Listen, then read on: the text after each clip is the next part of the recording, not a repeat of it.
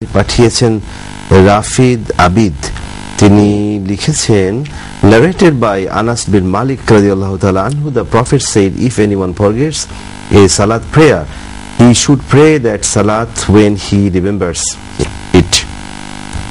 My question is that if somebody misses Fajr prayer and then wakes up while the sun is rising, then what should he do? Because offering salat while the sun is rising is setting is forbidden. তিনি লিখেছেন যে আনাস বিন মালিক রাদিয়াল্লাহু তাআলা আনহু বর্ণিত একটি হাদিসে তিনি জেনেছেন যে কেউ যদি নামাজ আদায় করতে সময় মতো আদায় করতে ভুলে যায়, সে যেন যখনই মনে করতে পারবে, স্মরণে হবে, তখনই যেন সে আদায় করে নেয়।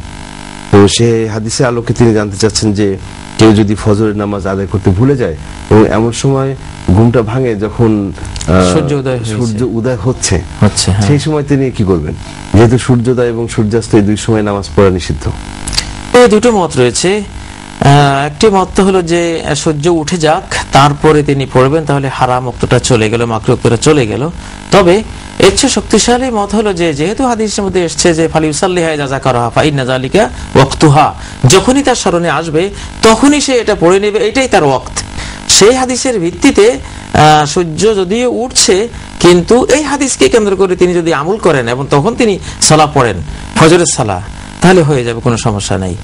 এটা বিশেষ, এটা খাস, মানে ভুলে যাওয়ার ক্ষেত্রে বা ঘুমের ক্ষেত্রে এই দলিলটি হলো খাস দলিল, আর মাকরুহ ওয়াক্তটা হলো আম দলিল। দলিল যখন বিশেষ দলিল পাওয়া যায় কোনো বিশেষ মাসালার ক্ষেত্রে, সেটা শক্তি বেশি থাকে। এই জন্য এই হাদিসের উপর আমল তিনি করতে পারেন। সূর্য উঠছে তখনও তিনি পড়তে পারবেন। আর সূর্য কিন্তু যদি সূর্যের একটা প্রান্ত সীমা যদি মানে উঠলো, এটা কিন্তু ফুল সূর্য উঠার, জি ওটা শামিল হয়ে যাবে।